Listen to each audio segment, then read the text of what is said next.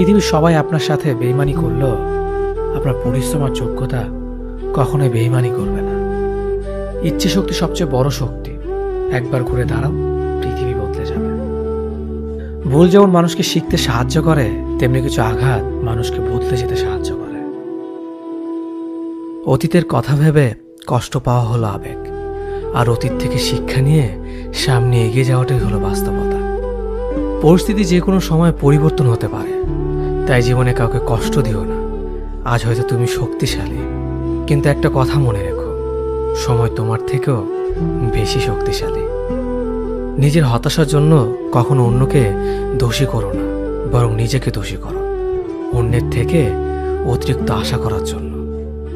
যে তোমায় পছন্দ করে তার প্রতি সুযোগ নিও না। তোমাকে যার প্রয়োজন তাকে ব্যস্ততা দেখিও না।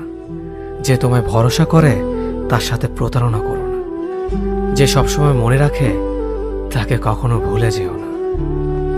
সত্যি কথা বলতে, যে আমাকে ঘৃণা করে তাকে ঘৃণা করার মতো সময় আমার কাছে নেই। কারণ যারা আমায় ভালোবাসে, আমি তাদেরকে ভালোবাসতে সবসময় ব্যস্ত। একটা সময়ের পর আমরা বুঝতে পারি আবেগ দিয়ে কখনো দুনিয়া চলে না, আর বাস্তবতা কখনো স্বপ্নের মতো হয় না। অতীত তোমাকে কষ্ট দেবে, ভবিষ্যৎ তোমাকে স্বপ্ন দেখাবে, আর বর্তমান সবসময় তোমার পাশে থাকবে। তাই শুধু বর্তমান নিয়ে ভাবো।